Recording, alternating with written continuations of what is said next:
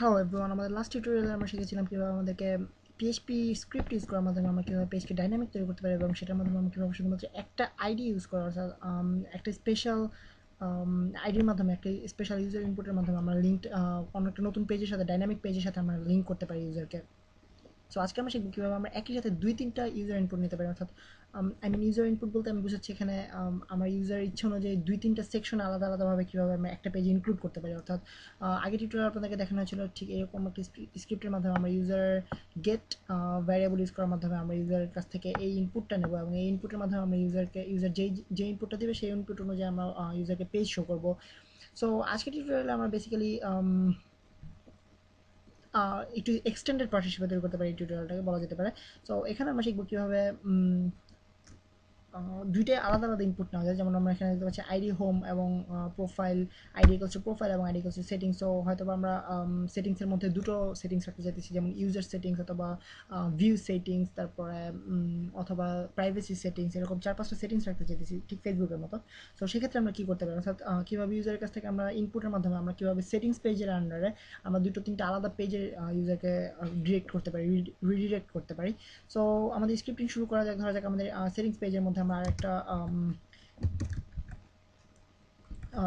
List তৈরি করে দিই যেখানে আমাদের সেটিংসের অপশনসগুলো থাকবে। So just simply I and I, so just copy paste করতে পারি আমি। সো ধরা যাক আমাদের একটা ইনপুট হচ্ছে ইউজার, একটা অপশন হচ্ছে ইউজার সেটিংস অ্যান্ড একটা অপশন হচ্ছে প্রাইভেসি সেটিংস। সো আমাদের দুটো অপশন রয়েছে এখানে সেটিংসের মধ্যে, যেটা হচ্ছে একটা হচ্ছে ইউজার সেটিংস এবং একটা হচ্ছে প্রাইভেসি সেটিংস। এবং আমরা একটা আইডি দিতে পারি, যেমন ID equals two setting menu. তো সিম্পলি সেটিং মেনু নামে একটা আইডি তৈরি করলাম এবং আমরা দেখি আমাদের পেজটা কীরকম দেখে অ্যাকচুয়ালি। অ্যান্ড আপনারা দেখতে পাচ্ছেন আমাদের এখানে, সরি সম্ভবত দেখতে পাচ্ছেন না। তো এখন আপনারা দেখতে পাচ্ছেন আমাদের এখানে একটা মেনু চলে আসছে এবং মেনুটাকে আমরা একটু পজিশনিং করে নিই যাতে আমাদের পেজটা দেখতে একটু সুন্দর হয়। So I'm just setting menu,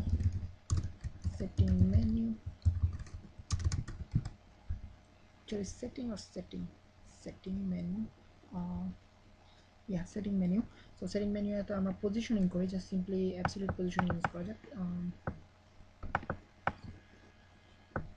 আমি জাস্ট কপি পেস্টের মাধ্যমে করলে সহজ হবে, ব্যাপারটা ফাস্ট করা যাবে।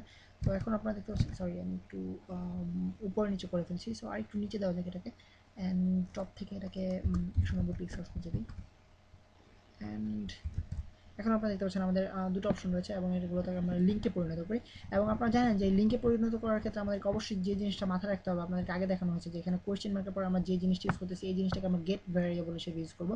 তো এই জিনিসটা আমাদেরকে মাথায় রাখতে হবে যে আমরা কোন জিনিসটাকে ইউজ করতেছি। সো একটু কেয়ারফুলি আমাদেরকে ইউজ করতে হবে এই জিনিসটাকে, যেন আমরা পরবর্তীতে ক্যাপচার করতে পারি নিজেরা দেখলে যে আসলে কী জিনিস, অথবা অন্য কোনো ইউজার অথবা অন্য কোনো প্রোগ্রামার দেখলে যেন বুঝতে পারে জিনিসটা আসলে কী কিসের সাথে লিঙ্ক করতে চাইতেছি আমি।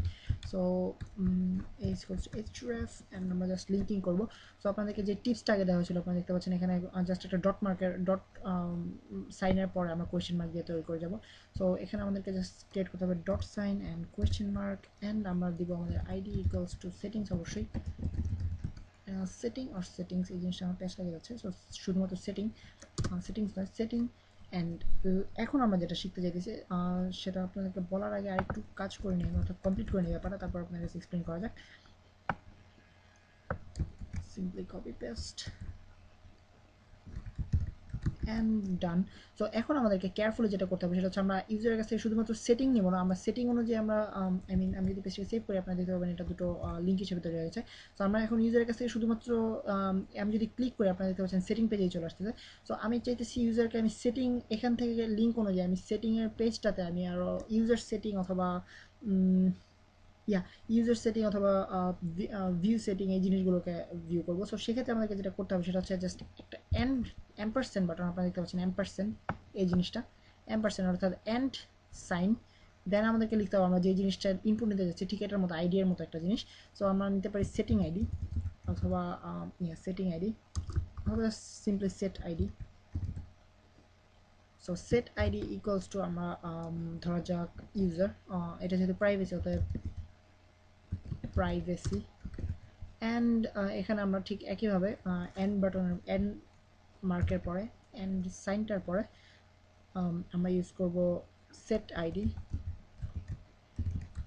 ইকুয়ালস টু সরি আমি প্রাইভেট সি লিখেছি, প্রাইভেসি হবে শুধুমাত্র। So set ID equals two user.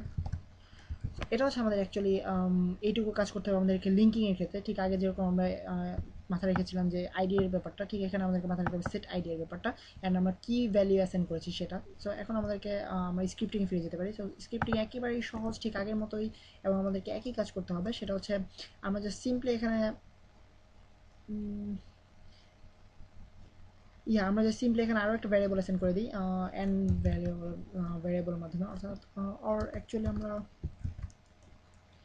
আরেকটা আলাদা আলাদা ইউজ করতে পারি, আলাদা একটা সরি আরেকটা আলাদা ইফ স্টেটমেন্ট ইউজ করতে পারি, যেটার ভিতরে আমরা আমাদের নতুন ভ্যারিয়েবলটাকে আমরা অ্যাসাইন করবো, অর্থাৎ গেট ভ্যারিয়েবলের মাধ্যমে নতুন ভ্যালুটাকে পাবো আমরা ইউজারের কাছ থেকে। So not empty get, and এর ভিতরে আমাদেরকে থাকবে, ঠিক আপনারা গেস করতে পারতেছেন আগের মতোই, set ID just simply. And এরপর আমরা আমাদের কোডটা তৈরি করতে পারি, সেটা হচ্ছে সেট আইডি, এটা আমি নিজে প্রিফার করি, অর্থাৎ একটা ভ্যারিয়েবলের আন্ডারে নিয়ে নেওয়া, সেক্ষেত্রে আমাদেরকে পরবর্তীতে ব্যাপারগুলো হ্যান্ডেল করতে সুবিধা হয়। দেন সেট আইডি, অ্যান্ড এরপর আমরা আমাদের সিম্পলি আমাদের কোডটা করে যেতে পারি, সেটা হচ্ছে ইফ সরি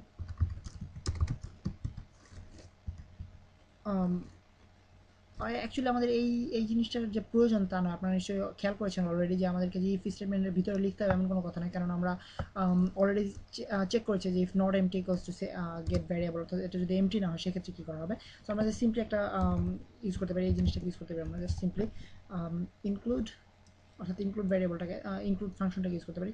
এবং ইনক্লুড ফাংশনের ক্ষেত্রে আপনাদেরকে বলে নেওয়া ভালো যে আপনাদেরকে সবসময় যে ব্র্যাকেট ইউজ করতে হবে এমন কোনো কথা নেই, আমরা ব্র্যাকেট ছাড়া সরাসরি আমাদের এর ভিতরে আমরা আপনাদের ইনক্লুড ফাইলটার ডিরেক্টরি সহ আপনারা লিখতে পারেন। বাট আমি প্রিফার করি ব্র্যাকেট ইউজ করা, কেননা সেক্ষেত্রে আমরা সবগুলো ফাংশনকে ব্র্যাকেটের মাধ্যমে ইউজ করা শিখে এসেছি। সো যাতে মেসড আপ না হয়ে যায়, অর্থাৎ ভুল হয়ে না যায় কোথাও, এটার এই ব্যাপারে আমাদের সুবিধা হবে।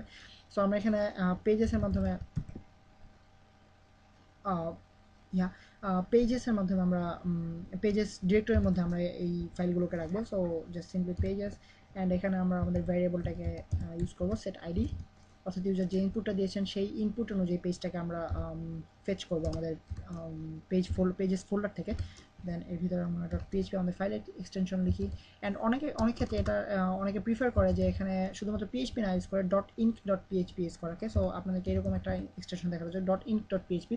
আপনারা অনেক প্রোগ্রামার এই জিনিসটা প্রিফার করে থাকে ডট ইন ডট পিএইচপি, যদি আমি নিজেও জানি না যে ইনক ব্যাপারটা আসলে কী মিন করে, বাট এই এক্সটেনশন নামে অনেকে সেভ করে থাকে বুঝতে সুবিধা হওয়ার জন্য, যেন ইউজাররা বুঝতে পারে অ্যাকচুয়ালি কোন কোন ফোল্ডার থেকে ফেচ করা হচ্ছে, সম্ভবত এই কারণে।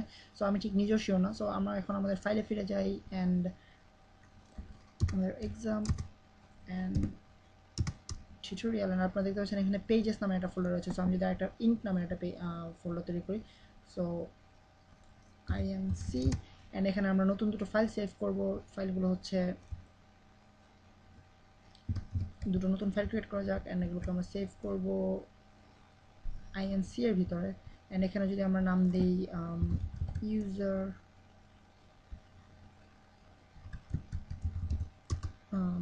Settings dot ink dot PHP, আপনারা দেখতে পাচ্ছেন আমি একটা ডট ইঙ্ক লাগিয়েছি, বাট এটার কারণে আমার ফাইল এক্সটেনশন অথবা ফাইল রান করতে কোনো প্রবলেম হবে না। সো আমি যদি এটাকে সেভ করি কোনো প্রবলেম হচ্ছে না, আপনারা দেখতে পাচ্ছেন, এবং এটা ঠিকভাবে কাজ করবে, আপনাদেরকে একটু পরে দেখানো হবে। অ্যান্ড এই ফাইলটাকে যদি আমরা সেভ করে নিই আগে, এটা হচ্ছে অ্যাকচুয়ালি এটা হচ্ছে আমাদের আমরা এখানে দিতে চাচ্ছি privacy setting dot inc dot PHP. So আজকের ভিডিও টিউটোরিয়াল অলরেডি আমরা 9.5 মিনিট হয়েছে। সো নেক্সট একটা ছোট্ট টিউটোরিয়ালের মাধ্যমে আপনাদেরকে এই পার্টটা শেষ করে দেবো। সো নেক্সট টিউটোরিয়াল আপনাদের সাথে আবার দেখা হবে, এবং সেই পর্যন্ত আপনারা একটু প্র্যাকটিস করতে থাকুন ব্যাপারটা। আপনাদেরকে এই পর্যন্ত যেই ব্যাপারগুলো শেখানো হয়েছে এই ডাইনামিক পেজ ক্রিয়েটের উপর একটু হিজিবিজি টাইপের লাগতে পারে আপনাদের কাছে, এবং ফোল্ডারে কীভাবে আপনারা ডিরেক্টরিতে কীভাবে আপনারা ফাইলগুলোকে রাখবেন সেই ব্যাপারে। সো নেক্সট টিউটোরিয়াল আপনাদের কাছে পুরোপুরি কমপ্লিট করা হবে। সো আপাতত সাইন আপ করেছি আমি ফয়সাল আহমেদ ফ্রম বিডি।